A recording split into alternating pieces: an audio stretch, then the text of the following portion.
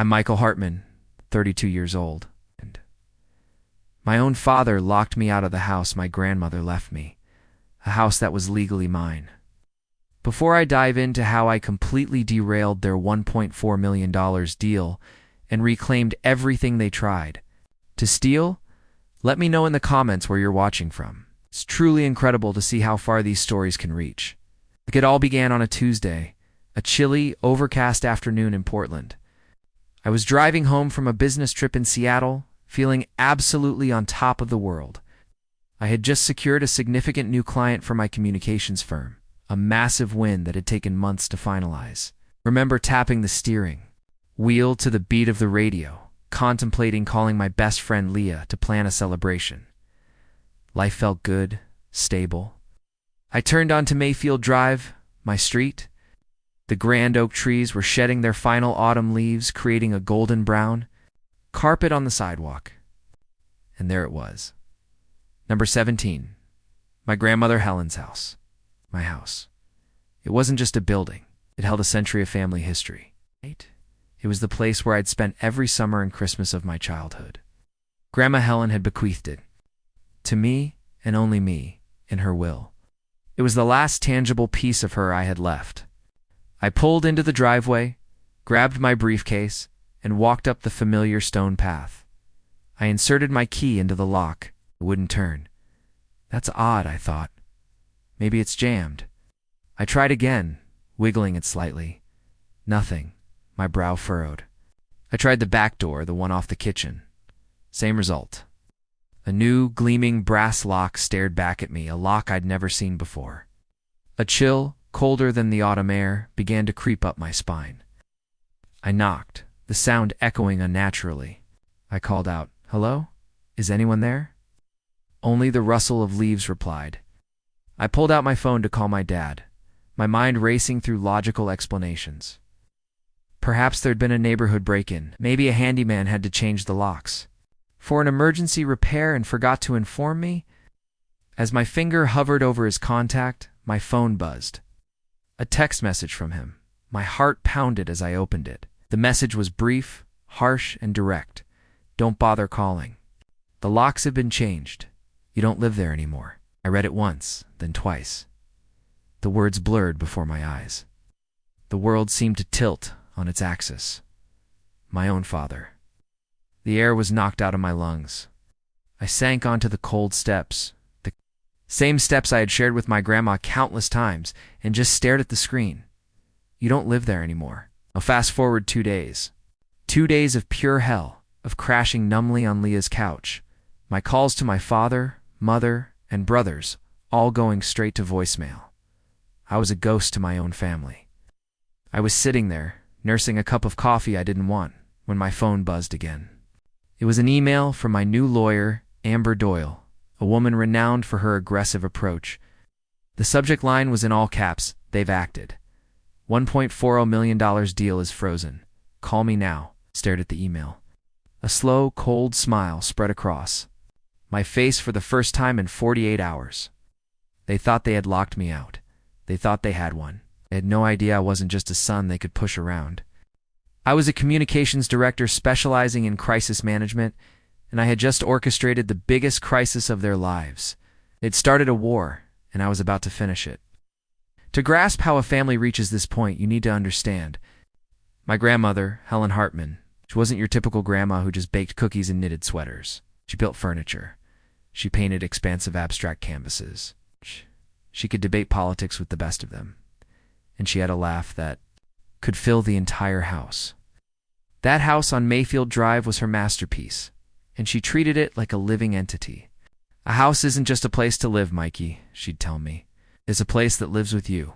It breathes with the memories you make in it." She and I were two of a kind. While my parents, Dennis and Carol, were always focused on the practical, on money, on appearances, Grandma Helen taught me about the things that truly last. Legacy, history, trust. My younger brother, Ryan, was always closer to my parents. He was the golden child, the one who followed their lead, who shared their materialistic outlook. I was Helen's boy. I recall one Saturday afternoon when I was about 16. I found her the county records office, of all places. She had unrolled a massive, crackling blueprint across a table. It was the original 1920s plan for the house. "Look at this," she'd whispered, her eyes shining with excitement. "See this wall? It wasn't original, and there was a dumbwaiter here in the kitchen. Can you imagine?" We spent the entire day tracing the history of our home, not as a piece of real estate, but as a story. She saw the soul in things. My father, when I told him about it later, just grunted and said, "Hope you checked the property value while you were there. He just didn't get it. He never did." That disconnect became even more apparent in her later years. I remember her showing me her new tablet, a gadget my dad had openly scoffed at. "An old woman like you doesn't need that," he'd said during a family dinner. But Helen was captivated by technology. She saw it as a new way to tell stories too, preserve memories. "Look, Mikey," she said one day, her eyes sparkling as she showed me the screen. "I've created a digital time capsule. It's on something called the cloud. Can you imagine? A box of our memories floating in the sky." She showed me folders of old photos she'd meticulously scanned, letters she'd written, even some old 8mm family movies she'd had digitized. "Everything that truly matters is in here," she told me, her voice turning serious for a moment. "Safe and sound. It even has 2 passwords, like a bank vault, so no one can get in who isn't supposed to." At the time, I just smiled and nodded. A digital time capsule. It sounded like something out of a sci-fi movie. I had no idea that this time capsule would one day become the single most important thing in my life. I didn't know it held the key to my entire future. When Grandma Helen passed away, it felt like the world lost its vibrancy. The funeral was a blur of black suits and quiet, murmured condolences. My parents put on a superb display of grief.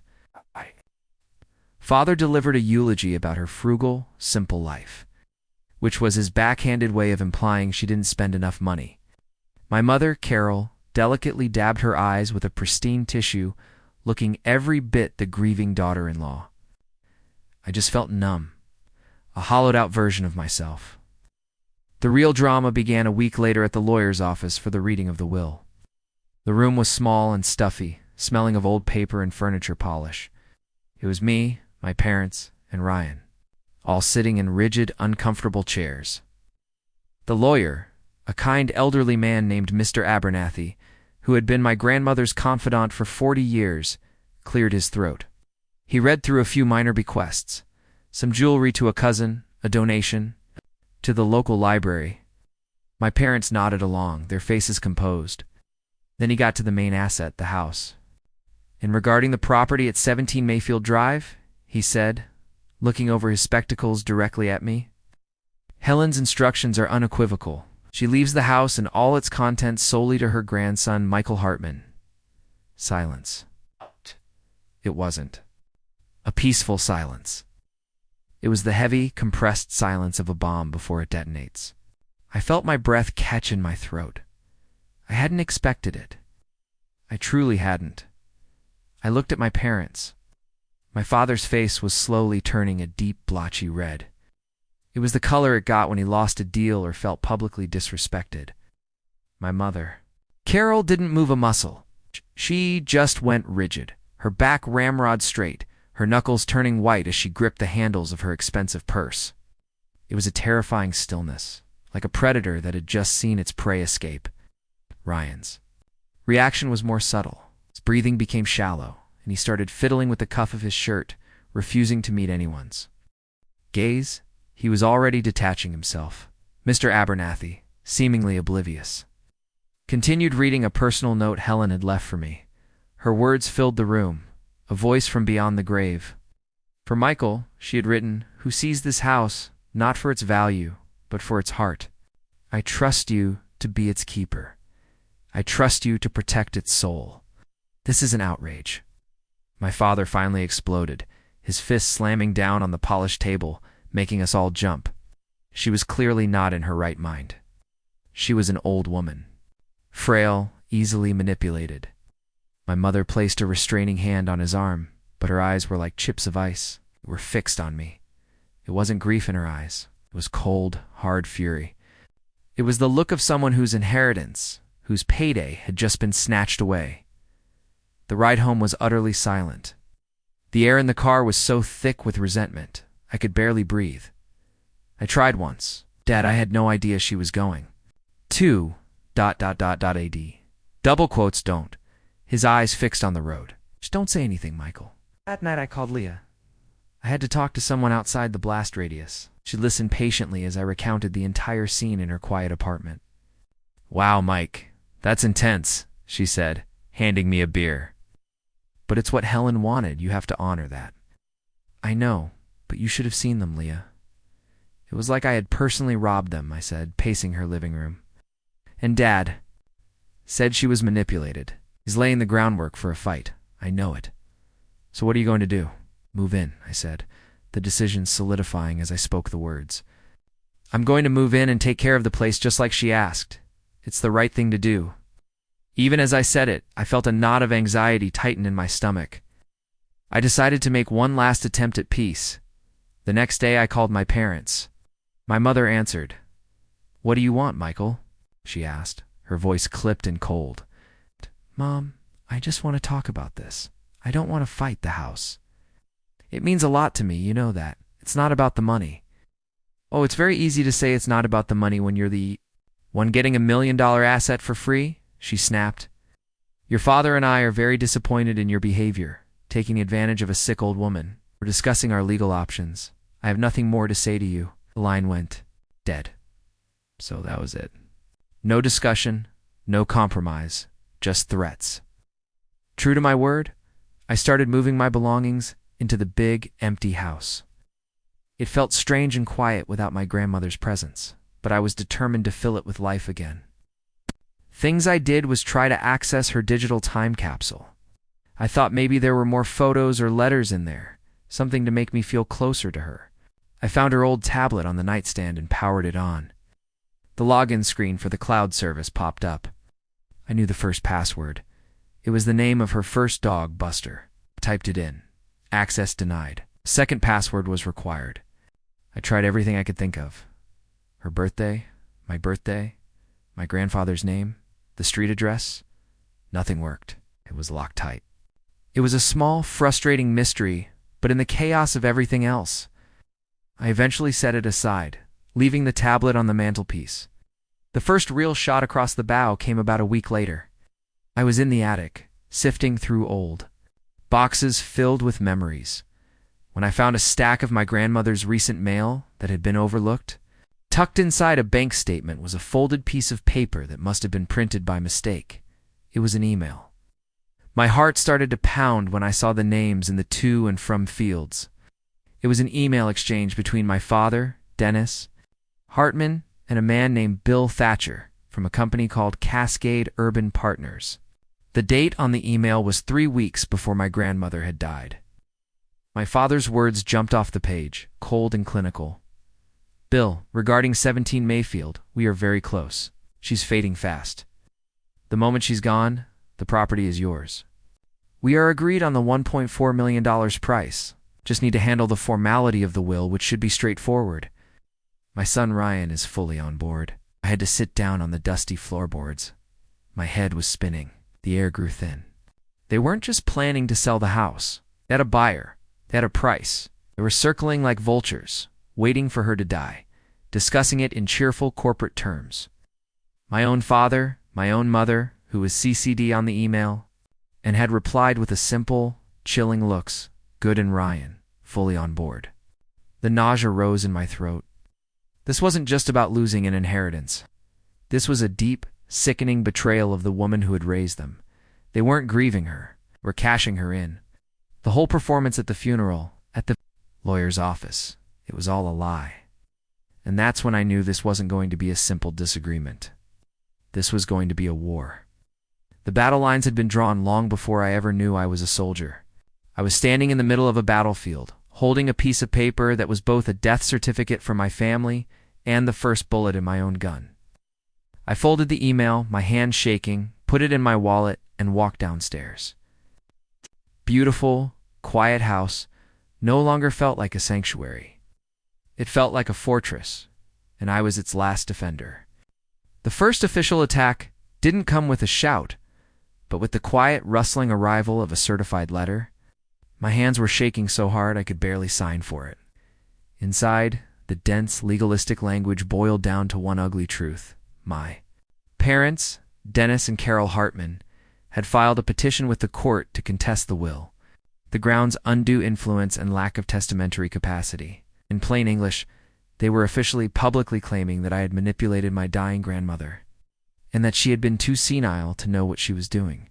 They were trying to paint me as a calculating villain, and her as a crazy old woman. My blood ran cold, then hot with a pure, unadulterated rage. This was a desecration of her memory, a final, greedy spit on her grave.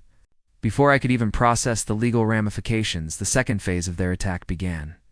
It was a classic PR campaign, and as a communications director, I recognized the insidious strategy instantly. They were trying to control the narrative, to isolate me and define me before I could define myself. The first call was from my Aunt Martha, my dad's sister. Her voice was dripping with a syrupy fake concern that made my skin crawl. "Michael, dear, I just spoke with your father. He is so worried about you. He said you've been acting so erratically since the funeral that you have this unhealthy obsession with the house." "Aunt Martha, he's lying," I said, my voice tight. "Now, Michael, denial is a part of grief," she cooed. A line I was sure my mother had fed her. Your parents just want what's best for the family. Perhaps selling the house and splitting the money is the fairest thing. A clean break for everyone. Clean break. For them, that meant a check for $700,000 each. For me, it meant losing the last tangible piece of my grandmother. I hung up the phone, my hand trembling with fury. The next day, I got an email from a cousin with a link to a community forum post. A veiled, anonymous query about what to do when an elderly relative is taken advantage of. The details were just specific enough. They weren't just fighting me in court.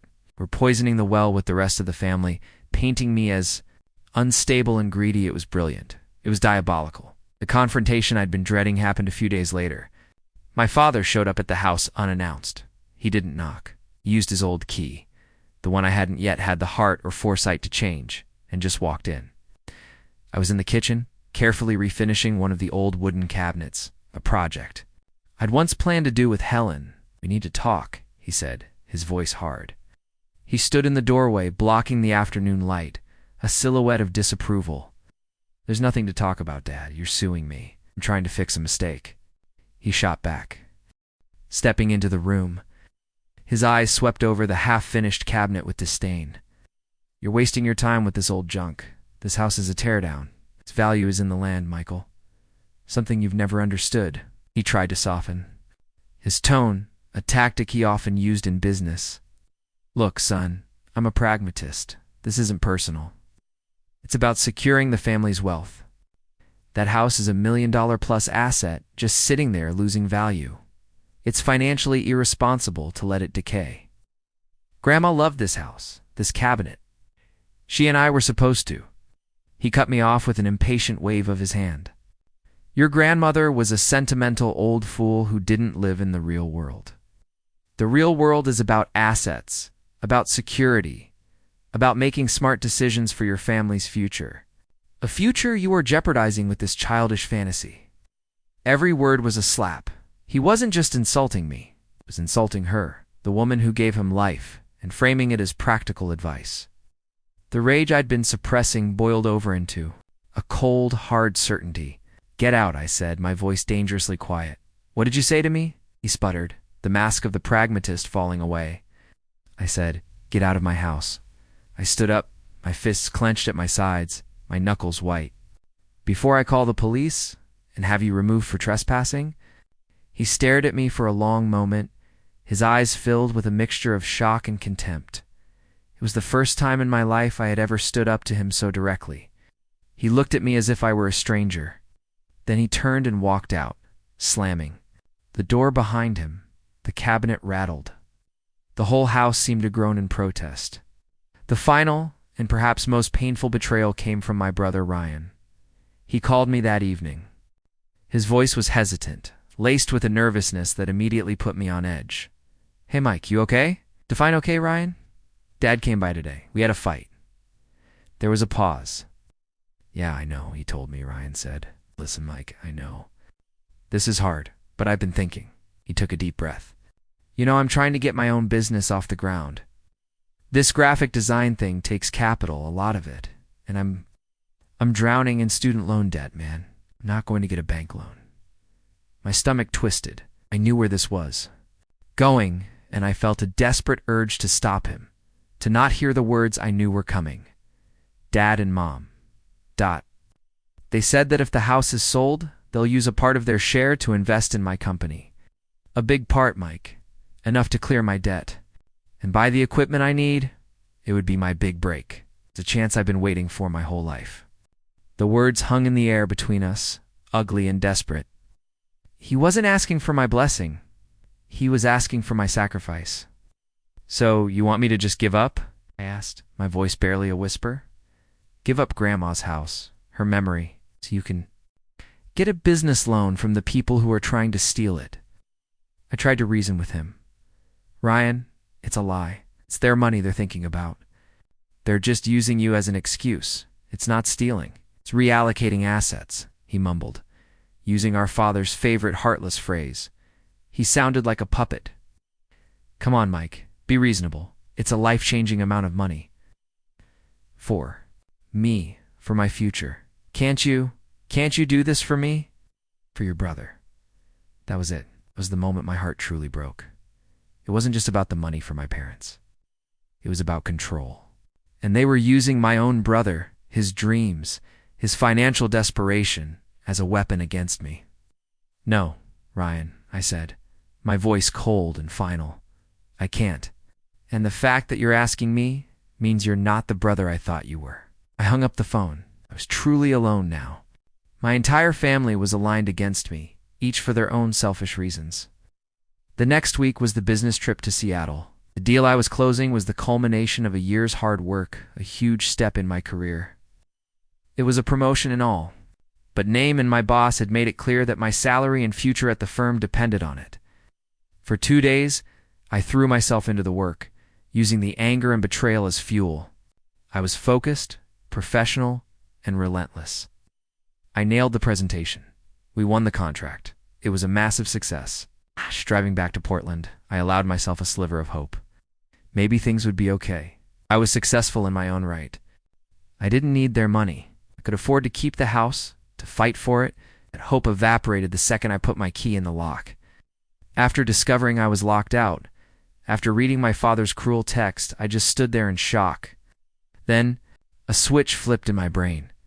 The grief and the shock were replaced by a cold, clear focus. The part of my brain that handled crisis management at my job took over. I wasn't a son anymore. I was a professional dealing with a hostile takeover. I pulled out my phone. My hands were steady now. I didn't call anyone to scream or cry. It opened. The camera app. "My name is Michael Hartman," I said, my voice even. The lens pointed at my face before panning to the door. "It is Tuesday, October 24th. At approximately 4:15 p.m., this is my property, 17 Mayfield Drive, inherited from my grandmother, Helen Hartman, as per her legally certified last will and testament. The locks have been changed without my consent. I walked around the house, documenting every locked door, every new gleaming piece of brass. Then I saw it. By the side of the house, next to the pile of autumn leaves waiting for pickup, were 3 large black trash bags. My blood ran cold. I walked over and tore one open. My clothes, my books, all thrown in, covered in coffee grounds from the kitchen trash can they'd clearly emptied on top. I tore open the second bag. My files from work, my personal documents, all mixed in with wet, rotting food scraps. The third bag. This one was the worst. It held the small personal things I had brought from my apartment. A framed photo of me and Helen on my college graduation day. A small wooden bird she had carved for me when I was 10. All of it was jumbled together. The glass on the frame shattered, and some things were missing. Crucial things. My grandmother's tablet, the one with the locked time capsule, was gone. A silver bracelet she'd given me, which I kept on my dresser, was gone. My passport and birth certificate from my desk drawer, were gone. They hadn't just locked me out. It looted my life and thrown the rest in the garbage. It'd stolen my identity. I kept recording, my voice a steady monotone, documenting every single ruined item, every missing heirloom. The communications director had taken over completely. I was gathering evidence. I was building a case. I was no longer a grieving grandson. I was an opponent. When I finally stopped recording, I sent the video file to a secure folder on my own cloud with a timestamp. Then I called Leah. "Leah," I said, my voice finally cracking, the professional facade crumbling. "They did it. They locked me out. I'm on my way," she said. "No hesitation. Don't go anywhere. Don't talk to them. I'm coming." As I waited for her, sitting on the curb across the street from the house that was no longer my home, I looked at the dark windows. I thought about the missing tablet. I thought about the locked time capsule and the secrets it held.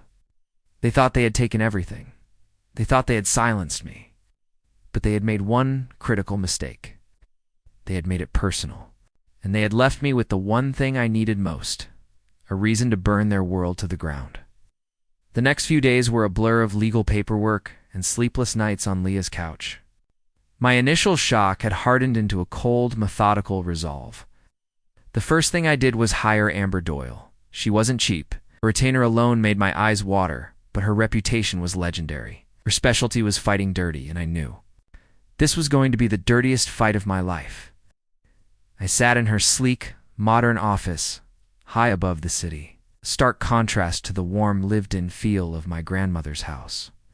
I laid out everything for her, the will, the printed email I'd found. In the attic, the hours of video I had taken of the illegal lockout and my ruined belongings, the list of missing items, including the tablet. Amber listened intently, her face unreadable. She wore a sharp, dark pantsuit and had her hair pulled back in a severe bun. She didn't offer sympathy. She offered strategy. "Okay," she said, when I was finished, her pen tapping a sharp rhythm on a yellow legal pad. "The illegal eviction is clear-cut. The video is damning. The email is good circumstantial evidence of their intent, but a good lawyer and they'll hire a good lawyer will argue it's just talk. The undue influence claim is their main weapon. We need to prove conclusively that Helen was of sound mind and acting on her own free will. She was, I insisted. She was sharper than all of them combined." "I believe you," Amber said, her eyes meeting mine. "We need to prove it to a judge. We need more than your word against theirs. We need something they can't refute, Silver." "Bullet. Her digital time capsule," I said, the words tumbling out. "She had this online storage thing. She said it had everything that mattered in it, but it's locked with 2 passwords. I only know the first one." "No." "And they took her tablet, which was probably auto-logged in." Amber's eyes lit up with a flicker of interest. "A digital time capsule. That's good. That's very good. It shows foresight. Shows she was tech-savvy, not some confused old woman. Finding a way into that is now our top priority. What else do you know about it?" "Nothing," I said, the frustration evident in my voice. "I've tried every password I can think of. Birthdays, pet names, anniversaries." "Then you need to think harder," she said, her tone firm but not unkind. "Think about her life outside of your family. Her secrets, her friends. Who did she trust?" Her words echoed in my mind for days. Who did she trust? I spent hours at Leah's kitchen table, surrounded by takeout containers and the few things I had managed to salvage from the trash bags. I called the tech support for the cloud service, spending 2 hours on hold, only to be told that without the second password or access to her original devices, they couldn't help me due to their privacy policy. It was a dead end. I felt despair. Creeping in? What if the proof was locked away forever? Leah, seeing my frustration, put a hand on my shoulder. Like Helen was smart. She made a vault. She must have left a key somewhere. Not a literal key, a clue. A clue. I went back to the small box of things I had rescued. There wasn't much. The broken picture frame, a few books, and the little wooden bird she had carved for me. I picked it up, running my thumb over the smooth wood. And then I remembered something. A conversation from years ago. I was complaining about my dad's controlling nature. Helen had just laughed. "Oh, Dennis has always been like that," she'd said. "All bark and no bite." As long as you know where his power ends and yours begins, that's why I'll always have my Margaret. She's my failsafe. Margaret, her half-sister, the one my family never talked about. It felt like a lightning strike. I had only met her a handful of times at big family events when I was a kid. She was quiet, kept to herself. My father and mother never spoke of her. They treated her like a distant, slightly embarrassing relative. I scrambled for my laptop, my heart hammering against my ribs. I searched her name, Margaret Holden, found her number online. Felt like a long shot, a desperate Hail Mary. I dialed, my hand shaking. An older woman's voice, cautious and wary, answered on the third ring. "Hello, is this Margaret Holden?" I asked, my voice. "Who's asking?" "My name is Michael Hartman." Helen Hartman was my grandmother. The silence on the other end of the line was long and heavy. For a second I thought she had hung up. "Michael," she finally said, her voice softening just a fraction. "I was wondering when you might call. Your grandmother told me you would if things got bad." My breath caught. Relief washed over me so intensely my knees felt weak. Talk to you about this? She talked to me about everything, son? Especially about your father.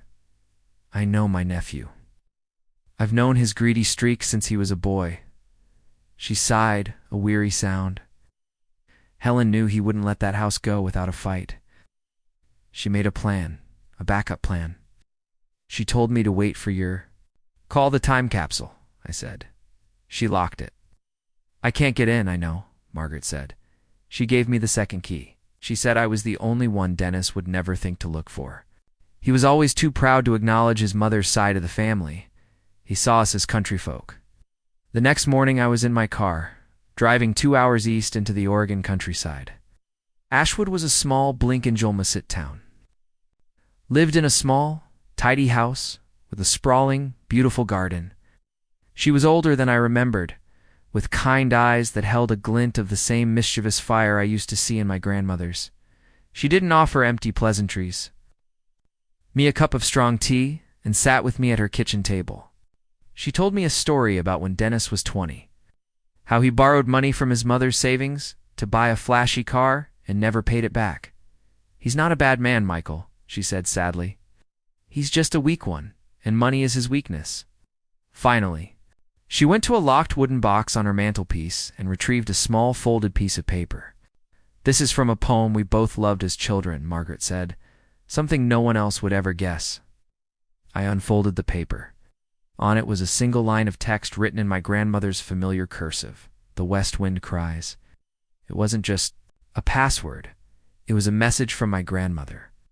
A final piece of her wisdom delivered by the one person she knew she could trust.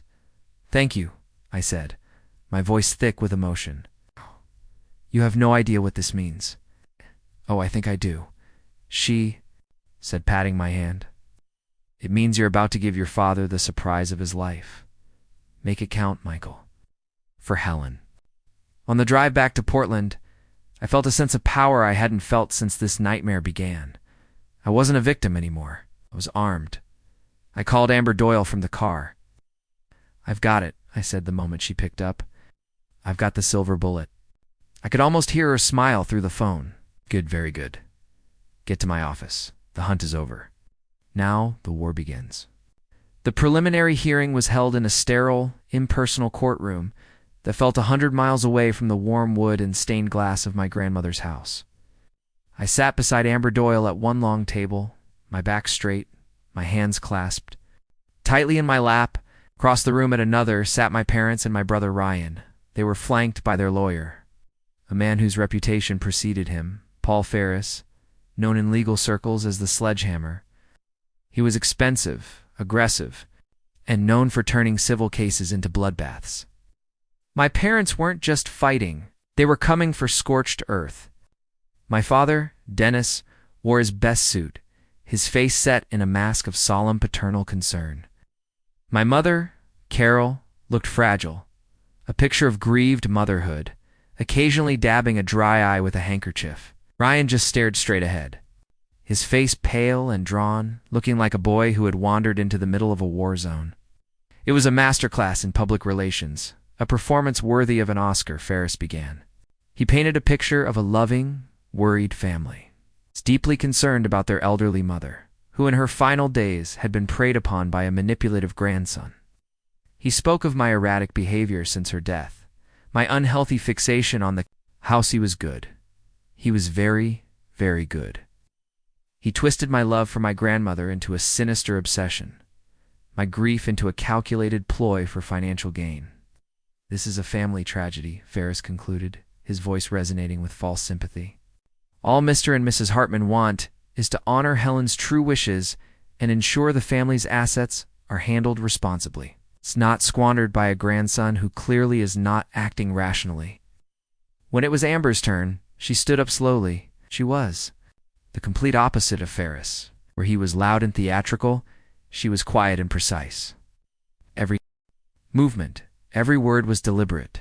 Your Honor, she began, her voice calm and clear. We agree this is a family tragedy, but the tragedy is not my client's grief.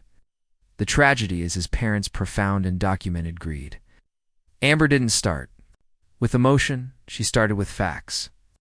She had created a large binder, a copy for the judge and for the opposing counsel. My crisis file, she called it. Let's establish a timeline, shall we? She said, clicking a button on a remote. A large screen on the wall flickered to life. On September 15th, 3 weeks before Mrs. Helen Hartman's passing, her son Dennis Hartman was already negotiating the sale of her property. Let's look at Exhibit A. She projected the email I had found. The damning words filled the screen. A low murmur went through the courtroom. My father's face tightened, the mask of concern slipping just a little. Ferris objected, calling it irrelevant speculation, but the judge waved him down. Speaks to motive, Mr. Ferris. Overruled. Thank you, Your Honor, Amber said smoothly. Now, let's move to Exhibit B. Sworn statement from Mr. Larry Johnson, Mrs. Hartman's next-door neighbor for 30 years. He testifies that he saw men in suits, representatives from Cascade Urban Partners, visiting the property and conferring with Mr. Dennis Hartman in the driveway on at least 2 occasions prior to Helen's death. The net was tightening. Cross-examined my father. It was brutal. Mr. Hartman, she asked, did you or did you not change the locks on your son's legal residence on October 24th? We were securing the property, my father stated, sticking to his script. We were worried about Michael's state of mind. Worried? Amber echoed. Is that why you then had his personal belongings, including legal documents and family heirlooms, thrown into trash bags with rotting food? Let's review Exhibit C. She played the video I had taken on my phone. The courtroom watched in silence as the camera panned over the new locks. The trashed belongings, the shattered picture frame. My mother flinched for the first time, looking genuinely uncomfortable. And then there's this, Amber said, her voice dropping. She projected the gaslighting text message onto the screen. Don't bother calling. You don't live there anymore. Does that sound like a worried father, Mr. Hartman? Or an illegal eviction? Ferris was on his feet, objecting furiously, but Amber was relentless. She was dismantling their narrative brick by brick. They had built a house of cards, and she was pulling out the foundation. My father was starting to look flushed, his calm facade cracking under the pressure. My mother was whispering frantically to him. Mr. and Mrs. Hartman's entire case, Amber said, her voice steady, rests on the claim that their mother was not of sound mind. They claim she was confused, unable to make her own decisions. She paused, letting the statement hang in the air. They claim she needed their protection, their guidance. Then she turned to the judge. Your Honor, at this time, I'd like to present one final piece of evidence. Evidence that my client was only recently able to access thanks to a key provided by his grantant. From a secure digital storage service, his grandmother aptly named her time capsule. The technician hooked up a speaker system. Amber looked directly at my parents. Their faces had gone from red with anger to pale with dawning horror. They knew what was coming. This recording was made by Helen Hartman 1 week before she passed away, Amber announced to the silent courtroom. First, my grandmother's voice filled the room. It was weak, yes, but it was clear, lucid, and full of her usual fire. I'm recording this on October 2nd, she said. My name is Helen Hartman, and I am of perfectly sound mind and body. no matter what my son and his wife may try to tell people after I'm gone. I have reviewed my will with my lawyer, and it reflects my final wishes. The house on Mayfield is for Michael. It is only for Michael. He's the only one who ever understood its heart. This is my decision, mine alone. The courtroom was dead silent. You could have heard a pin drop. Then a new voice entered the recording. My father's. It was a wheedling, insistent tone I knew all too well. Mom, be reasonable, his recorded voice pleaded. $1 million. Maybe more. Think of what we could do with that. Think of what it could do for Ryan's future. He's got so much debt. Then my mother's voice, sharp and saccharine.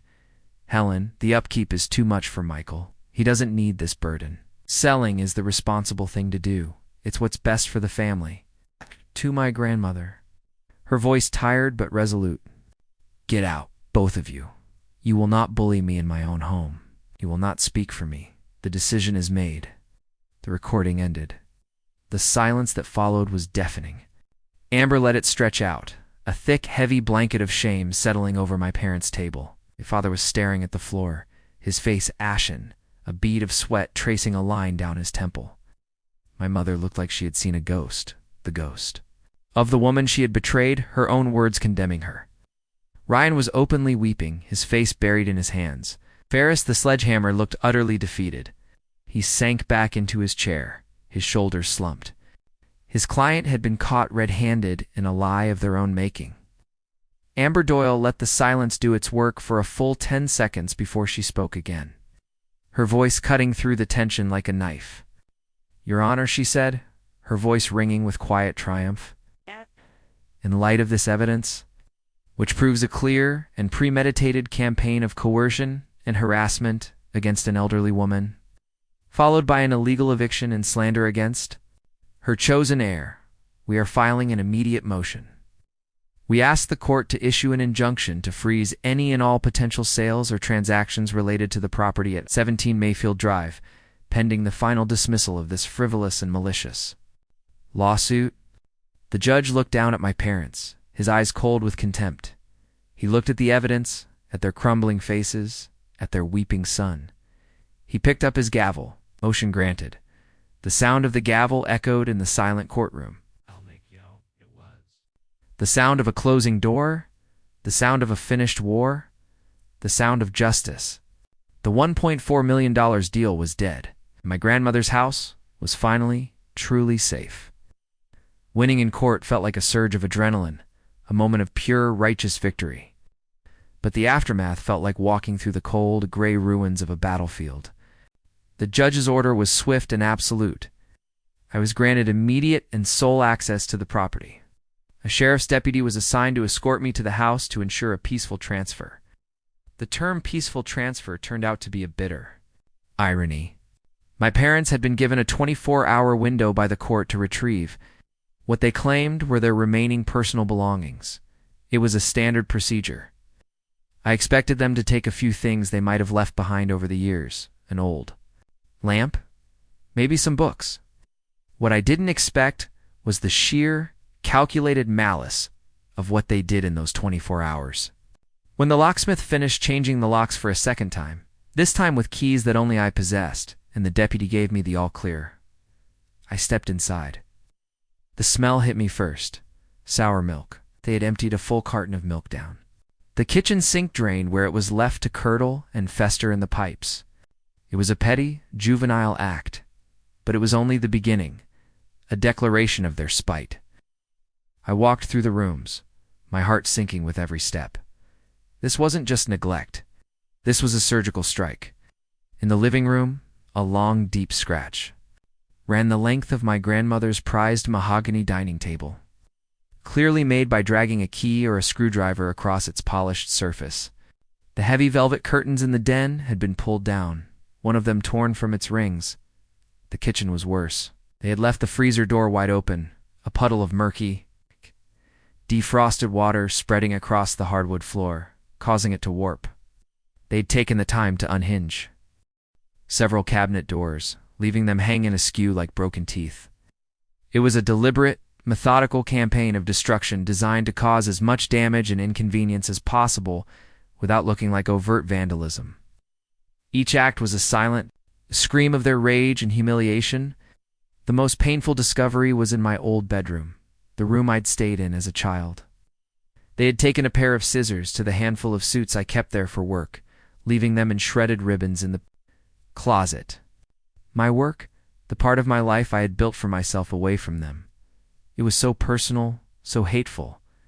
They hadn't just lost a lawsuit. They'd lost their minds, their decency, every last shred of whatever parental love they might have once had. For me, the sheriff's deputy, a burly man with a kind, tired face, just shook his head slowly as he walked through with me. "I've seen a lot of bad blood after a custody battle or a messy divorce," he said, his voice a low rumble. This is something else. This is personal. You make sure you document everything. Take pictures, lots of them." I did just as I had before. I pulled out my phone and became the communications director again, my professional self, a shield against the pain. I recorded every scratch, every stain, every broken piece of my life. This time, however, the cold detachment was gone. I just felt a profound, hollow sadness. This was my family, and this is what they were capable of. Leah came over that evening with 2 large pizzas and a 6-pack of craft beer, knowing I wouldn't have the heart to cook or even think about food. She walked through the house with me, her expression hardening from sympathy to righteous anger. With every new discovery, "This is sick, Mike," she said, standing in the ruined kitchen, her hands on her hips. "This is a level of vindictiveness I can't even comprehend. To do this to Helen's home? This is who they are," I said, my voice flat, devoid of emotion. "This is what happens when you take away their money." The masks come off. That night, I didn't sleep. I sat in the dark living room thinking. My first instinct was to call and scream, to demand they see what they had done. But what was the point? They knew what they'd done. They'd done it on purpose. The next day, I didn't call them. Instead, I called a professional appraiser and a restoration contractor to get official. Notarized estimates for the damages. The number was staggering. Then I forwarded the detailed reports, the new photos, and the bills to Amber Doyle. "They're not getting away with this," I told her, my voice hard as steel. "Not this time." 2 days later, a process server walked up the perfectly manicured lawn of my parents' immaculate suburban home and handed my father a new envelope. It wasn't a letter from a disappointed son. It was a new civil lawsuit, separate from the inheritance. Case for the exact amount of the damages plus punitive fees for malicious destruction of property. My phone rang less than an hour later. It was my mother. Her voice was shrill, hysterical. "Michael, how could you? After everything we've been through, another lawsuit? Are you trying to bankrupt us? This is your family?" Let her scream. I let her cry her crocodile tears. I let her paint herself as the victim one last time. When she finally paused to take a breath, I spoke. My voice as calm and cold as the courtroom had been. "You seem to have me mistaken for someone who still cares what you think, Carol," I said. It was the first time I had ever called her by her first name, and the sound of it hung in the air like a slap. "You had your chance to be a mother. You had your chance to be a decent human being. You failed on both counts. From now on, you will not call this number again. Any and all communication will go through our lawyers. Is that understood?" There was a stunned, sputtering silence on the other end. I think in that moment she finally realized that the son she thought she could control, the boy she could manipulate, was gone forever. In his place was a man she didn't know, a man who now played by a new set of rules. Her rules, the ones based on money and consequences. "Goodbye, Carol," I said, and I hung up the phone. I stood there in the quiet, damaged house. The war was over, but the cleanup had just begun. I had won the legal battle, but I had lost a family. And as I looked around at the wreckage, I realized that maybe I hadn't lost them at all. Maybe I had just finally seen them for who they had been all along. And in a strange, painful way, that was its own kind of victory. It was the truth. And the truth, however ugly, sets you free. The next 6 months were a blur of construction dust, the smell of fresh paint, and the slow, steady process of healing, both for the house and for me. The lawsuit for damages was settled out of court, My parents facing a mountain of undeniable evidence and the threat of another humiliating public hearing had no choice but to write a very large check. It wasn't about the money for me, it was about the principle. Was the cost of their hatred quantified on a balance sheet? With the help of Leah and a few good friends who had stuck by me through the whole ordeal, I didn't just repair the house, I resurrected it. Sanded down the scratched mahogany table until it shone again. We patched the walls, replaced the ruined plumbing, and hung new curtains. But as we worked, stripping away the old and bringing in the new, an idea began to form in my mind. My job was in communications, in helping people and small organizations tell their stories and fight for their causes. I saw firsthand how people with righteous causes often lacked the voice or the platform to be heard. My grandmother had left me this house to be its keeper. What if being its keeper meant more than just living in it and protecting its past? If it meant turning it into a resource for the future? I decided to transform the entire ground floor of the living room, the dining room, the den, into a co-working and workshop space. I called it the Hartman Hub, a space for community voices. My goal was to offer it for free to local nonprofits, activists, and community organizers, a place where they could meet, plan, and learn. I would run free workshops on weekends, teaching them the basics of public relations, social media, and how to get their message out. All the skills I used in my professional life. It was a way to honor my grandmother's spirit of generosity and my own passion for communication. It was turning a place of intense personal pain into a source of public good. The house's soul wasn't just in its history anymore, it was in its future. The grand opening was on a bright Saturday in late April. The house was filled with people, with laughter, with the buzz of new ideas. Local leaders, heads of small charities, young activists, they all came. Leah stood beside me, a proud smile on her face, handing out brochures we had designed. Oh. "Look what you did, Mike," she said, her voice soft amidst the happy noise. "Turn the worst thing that ever happened to you into something beautiful." As I was talking to the head of a local animal shelter, showing her how to set up a press release, I saw a familiar figure hesitating in the doorway. It was my brother. Ryan, he looked different, thinner. Arrogant confidence he used to wear like a cheap suit was gone. He just looked tired and sad, like he was carrying a heavy weight. He was holding a small, flat-wrapped gift. I excused myself and walked over to him. We stood in an awkward silence for a moment, the cheerful noise of the party swirling around. Us like a different world. "What are you doing here, Ryan?" I asked. My voice wasn't angry. It was just weary. I wanted to see what you'd done with the place," he said, gesturing vaguely at the crowded room. "It's amazing," he held out the gift. "This is for you, for the house." I unwrapped it. It was a framed photo, not of me or of our family. It was a beautiful, candid shot of Grandma Helen taken years ago, sitting on the porch swing laughing, her head thrown back in pure joy. It was a picture I'd never seen before. "I found it in an old album at their house," he said. "I thought she should be here." "Thank you," I said, and I meant unhinge. Mike, double quotes, he started, his voice cracking. "I'm so sorry. What I did, what I asked of you, it was wrong. I was selfish, and I was a coward.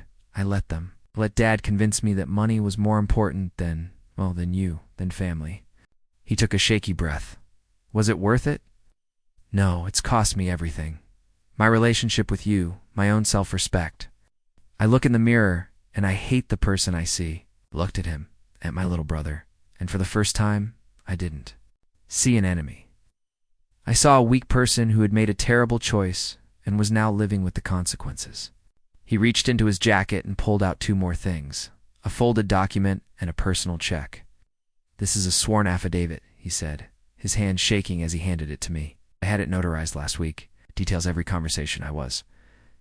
A part of where Dad and Mom talked about pressuring Grandma, about their plans for the sale, about hiding assets.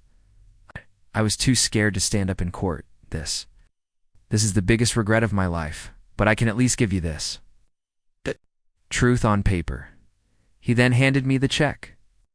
It was for $5,000. "It's not much," he said, looking at the floor. but it's everything I have in savings for the repairs. I know they paid for it, but this is from me. I need to do this. This was more than an apology. This was an act of penance, a tangible, costly effort to make amends. It was the first truly honorable thing I had seen him do in years. I took the affidavit and the check. "Why now, Ryan?" I asked quietly. "Because I saw what they did to the house after... ... When I went over there, I saw the hate they'd left behind, and I realized it wasn't about securing my future. It was about punishing you, and I was a part of that. I can't live with that anymore." I nodded slowly. "Thank you, Ryan," I said. This means something." I looked him in the eye. "It doesn't fix everything. You know that, right?" He nodded, tears welling up in his eyes. "I know, but it's a start," I finished. "But we're going to need a lot of time." I didn't invite him to stay. It was too soon for that. But as he turned and walked away, I felt a flicker of something that wasn't anger. It wasn't forgiveness either. Not yet. It was a tiny, fragile seed of hope. I went back to the party, to my new life. My relationship with my parents remained non-existent, reduced to the cold formality of lawyers and the occasional sterile birthday card, with no personal message. But my world had also grown. I spoke to my great-aunt Margaret every Sunday. Would tell me stories about my grandmother's adventurous youth, painting a picture of a woman even more vibrant and rebellious than I had known. My life was smaller in some ways, but so much bigger and richer in others. I was building a new family, a chosen family, built not on blood, but on trust, the very thing my grandmother valued most. A year has passed since the day I was locked. Out of my own home, the Hartman hub is thriving. The house that was once a battleground is now filled with purpose, with the sounds of planning, debate, and progress. It's a place where people who are fighting their own battles can come to find their voice. And I've discovered a passion for teaching I never knew I had. Tonight, the house is quiet. The last workshop just ended. I'm standing alone in the main room, which used to be the formal living room. The lights are dim, and the smell of coffee lingers in the air. On the main wall, where a stuffy old landscape painting used to hang, is the framed photo of my grandmother that Ryan gave me. It's the centerpiece of the whole space, the first thing people see when they walk in.